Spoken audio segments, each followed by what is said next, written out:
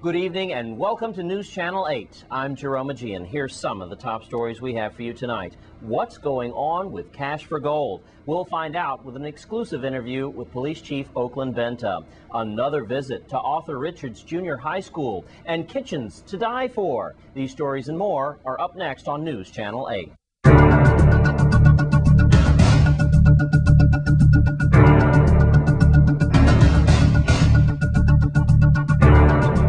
In our top story tonight, cash for gold. Is that the reason for a lot of the violence and robberies we're seeing territory-wide? News Channel 8's Wes Small has an exclusive interview with Police Chief Oakland Benta that was so interesting we couldn't edit it in one go. So we'll bring you part 1 tonight and part 2 tomorrow. Here's Police Chief Oakland Benta with the subject of cash for gold and other topics as well.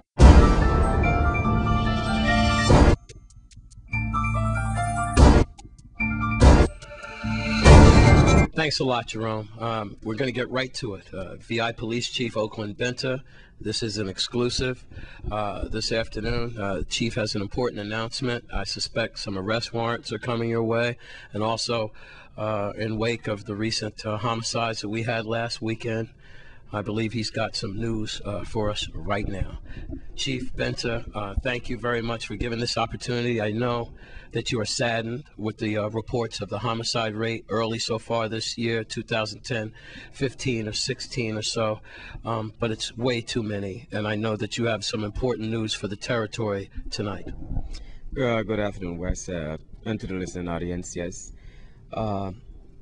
Most recently, with the expiration of Mr. Santos in the Mali housing community, as well as Mr. Rivera in the Christian City area, and we could go back to the others as well. As the members of the Investigation Bureau continue to probe this community, and this community as well probing the police department with information, we learned that we're back to the same thing again. Individuals who have been incarcerated are now back on our streets.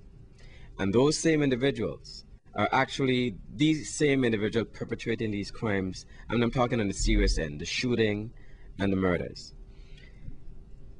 The cautions that I want to put out there to our community is this. They tend to come around and they scope to see what you have. Cash for gold, gold for gun is what's going on today.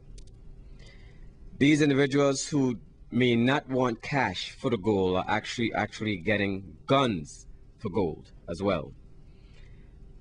It takes us into an arena where the Virgin Islands Police Department is now faced with going backwards, cleaning up again, rearresting again, and then these individuals are placed back on the streets.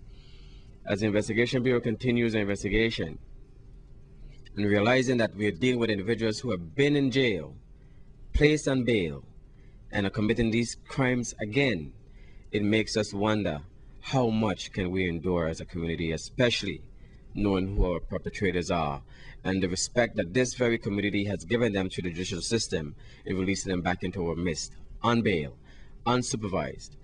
Murder. Some of these individuals who have committed murders are on bail for murder today. How far will we go? How much more people must suffer? And I've said it again, and time again I say, who feels it, knows it. And that's an announcement where a lot of people will never understand, where family members mourn every single day because they feel it. They can relate to what's going on. And in the interim, we on the other end work it because it's just a job. That is not happening here. I am calling on the community to take a stand. These individuals who come out on bail must be supervised appropriately and managed properly. They come out on parole. And I'm saying this candidly because they're going to jail.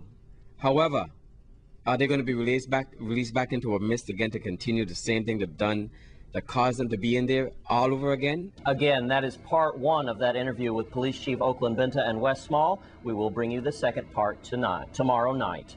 And it is Wednesday, which means it's time for your weekly Crime Stoppers report. Here's Crime Stopper Judy Frakes.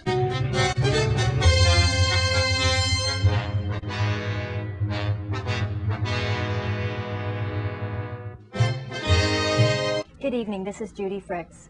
Crime Stoppers is asking your help to solve the following crimes. Even if you think your information might be insignificant, it could be just what the police need to solve these cases. On St. Croix on June 30th at approximately 10:45 p.m. outside of S&I Bar and Restaurant in Estate Grove Place, a 30-year-old male, Mr. Casroy Stevens, was shot and he later died.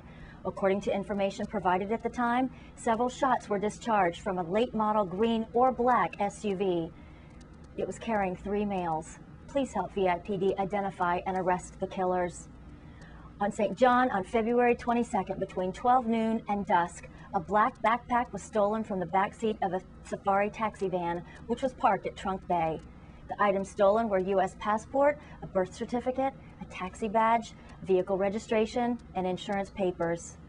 On St. Thomas on February 25th at about 10 p.m. at Smith Bay, someone fired several shots that hit 2 males. Please help police identify the shooters and bring them to justice. The minimum reward for an arrest is $890. Crime Stoppers is very pleased to report that in February, your tips resulted in 3 arrests and the recovery of 2 more illegal weapons. If you submitted a tip to Crime Stoppers, please check back with us to see if you are eligible for a cash reward. And don't forget, in addition to being able to submit a tip to the 800 number that you see on your screen, you can also visit our website at www.crimestoppersusvi.org. I'm Judy Fricks with Crime Stoppers.